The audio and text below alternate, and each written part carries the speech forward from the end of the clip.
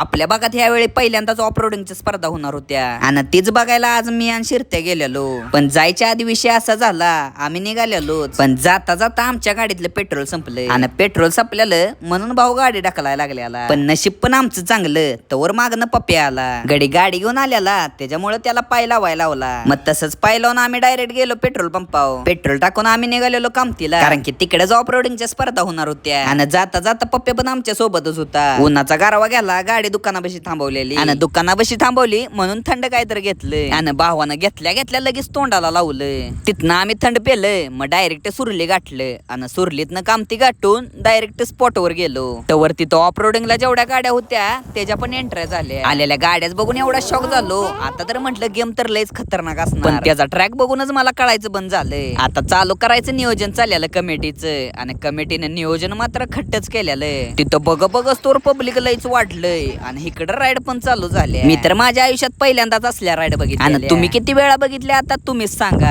आणि जरी तुम्ही असल्या राईड बघितल्या नसचिला तर शनिवार आणि रविवार अजून 2 दिवस आहे त्या राईड तिथे. आणि तिथं काय फक्त एकच प्रकारच्या गाड्या आहेत त्या, वय 4x4च्या वेगवेगळ्या प्रकारच्या गाड्या आहेत त्या. थारचा तर भावानी पाक धोळाच केला. ह्या गाडीचा तर विषय असा झाला की पुढे जाऊन गाडीच कल्टी झाली, मग लगेच पोरांनी ढकलून लगे उभी केली. आता राहिलेला विषय आपण पुढल्या पार्ट मध्ये बघूया, त्याच्यासाठी आपल्याला आधी फॉलो करून ठेवा.